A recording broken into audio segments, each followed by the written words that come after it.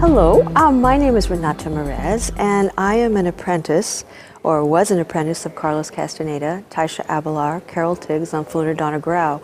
And all of these people were apprentices of Don Juan Matus. And these are the people that Carlos writes about in his books. And I think most people know us through those books of his writings. What is your attitude to it? Our normal awareness, pretty much what you and I are now, is really based on a very physical reality. And we perceive, we collect information from our environment through our five senses. And so this is a concrete reality. Now, in addition to that, in my tradition, what we believe is we have another body. We have a physical body, physical reality, but we have another body called our energy body. And it is this piece of ourselves that reads energy. This is the piece of ourselves that goes into the dream space. This is the piece of ourselves that gets those intuitive thoughts, that has those impulses without any single physical thing happening to us. Like for example, you might, in daylight, in waking state, we have what is called dreaming awake, which is when you're waking and you are with your energy body. Now, we go into the sleeping space. There's like the first level of our sleeping space. And this is our first level of dreaming, and this is where most of the dreams we have are pretty much part of our day.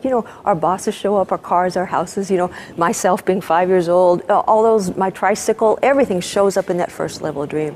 But this is where the seers of my lineage practice our arts, because then if we can hone our arts, we can hone our energy body in this first level of sleeping dream, then we get to go into the other layers of dreaming, which are far more profound, far more different.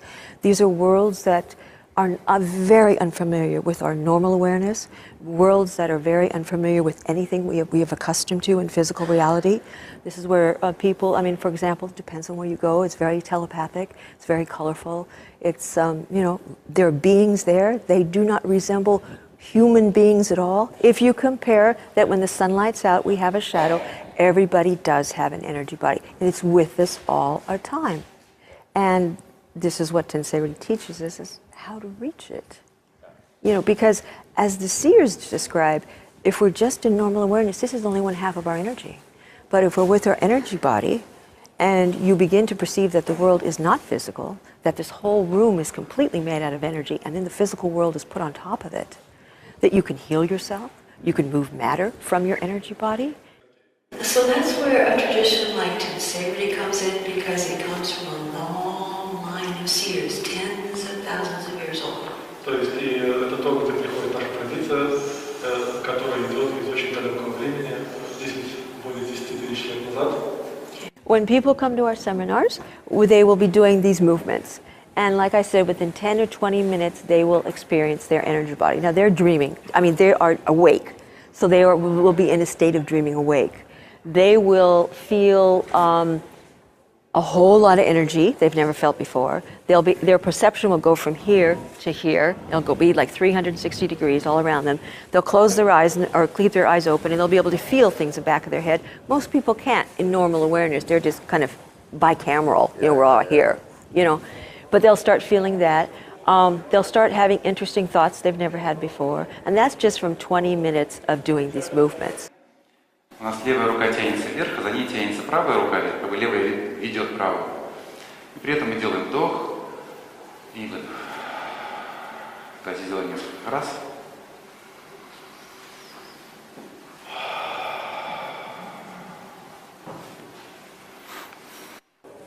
For someone, though, to use that in the sleeping dream, I would say that it would probably take a concentrative effort of maybe 3 months of movements before you see something different in your sleeping dream.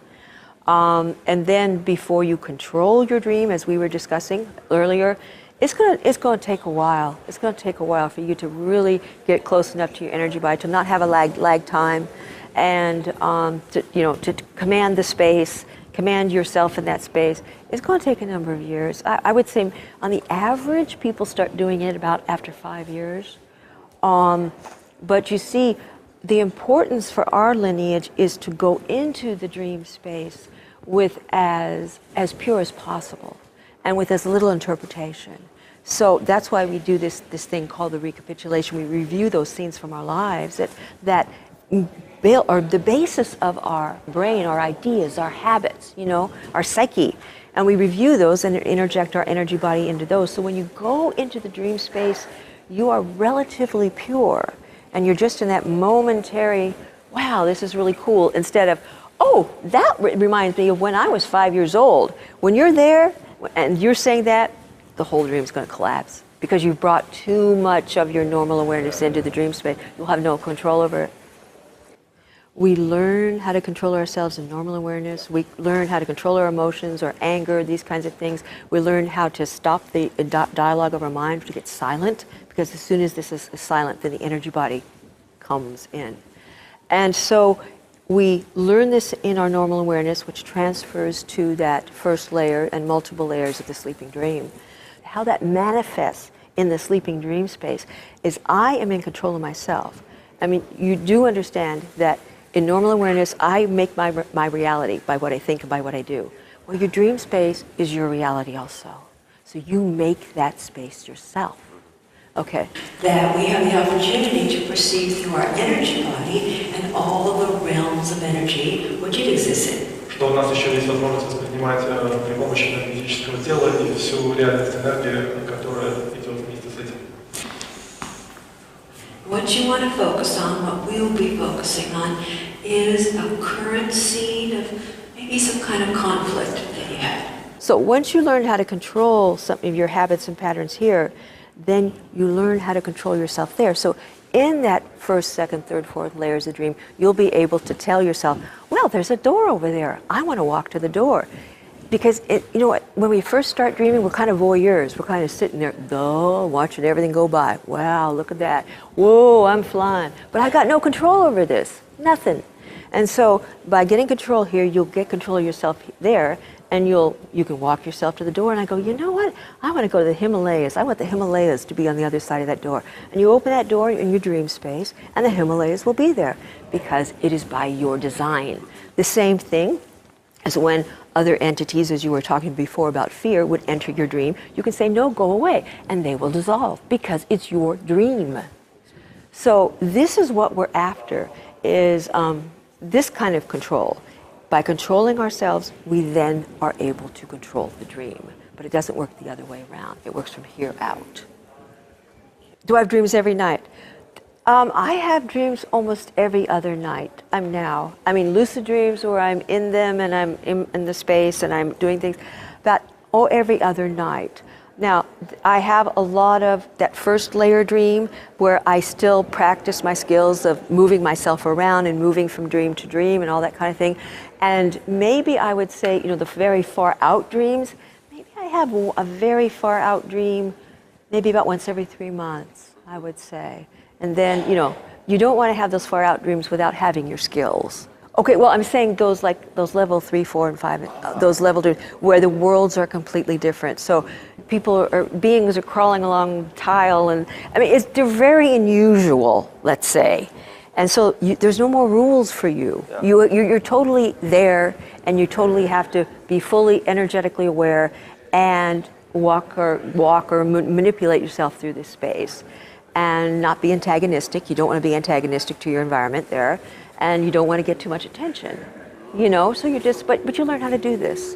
But that's what I call the far out dreams. Examples of it, I think I said earlier. Beings, like I say, don't look like this. Sometimes they're blobs of energy, and they're very telepathic, and they'll communicate with you, and you get sensations. There's some worlds I go to where there's a bunch of healers there, which is interesting. You can heal your physical body in the dream space, sleeping dream space, because these healers come up to you and they'll just go, well, you've got an energetic hole here, and then you've got one there, and they'll squish all your energy back together again. And you wake up the next morning and goes, oh my God, I feel so amazing. Because you're energetically been put back together. It's amazing. 10 people will walk and look at an elephant, and each person will have a different reality of what that animal is. Yeah, they make their own perception. perception, that's right. And that's the same thing that happens in the dream space. So if you're a God in the dream space, you're a God of your reality here, and you're a God of your reality there. Yeah. The average beginner could start out with maybe a half an hour of movements a day. And then if they really wanted to focus on their sleeping dream, they might want to do some movements before they go to bed. And because that will get you with your energy body before you go into the sleeping dream. So I would say a half an hour, maybe in the morning, and then maybe on the weekends you go to a practice group or something, you know, a tensegrity practice group, and you meet up with people, and that's where you do the recapitulation and the witnessing with each other, and that's what I would suggest. Yeah. And at that time, this wasn't relegated for the shaman of the tribe. Everybody could do this. И в то время это еще не было сделано особой задачей шамана такого племени. Любой человек мог это сделать. Do you want some tips? Okay, how to keep a journal. Okay, you wake up, okay, you're in bed, okay, and you're just starting to wake up. Okay, so you wake up. All right, you just go, oh yeah, I'm starting to wake up. As soon as you do big physical movements, you've lost the dream space. So you don't. You wake up and you have a logbook and you have a pen, really close to you. You can kind of move your arms, but as soon as you move this stuff, you'll be back in normal awareness, okay? So however you sleep, you know, you kind of go, oh, I'm waking up, oh, I remember my dream. And you kind of just reflect upon the dream so you don't lose it. And then you just reach over for the pad and the pen, and then you just don't try to move. You can write across, and you can just, okay, that's what and you just write it down. That is the best way to remember your dreams. Because you go to work, you eat breakfast, you drive your kids to school, you're not going to remember your dream. Yeah. You're going to have to, but you need just a little extra 5 minutes in the morning. I mean, this isn't elaborate stuff. This is just little tiny things that we do to change ourselves. When I met Carlos, I didn't believe I could do anything in his books. Nothing. You know, I had read his books and go, oh, well, that's really great, but only you can do it. You know, I didn't have a lot of confidence in myself. But over time, and through, you know, times with tensegrity, I gained more. I did have his experiences in the book. So I realized now that my believing that I couldn't have them made my progress slower. And so what I'd really like to tell people is that believe that you can. Believe that you can. And that, therefore, you will go faster.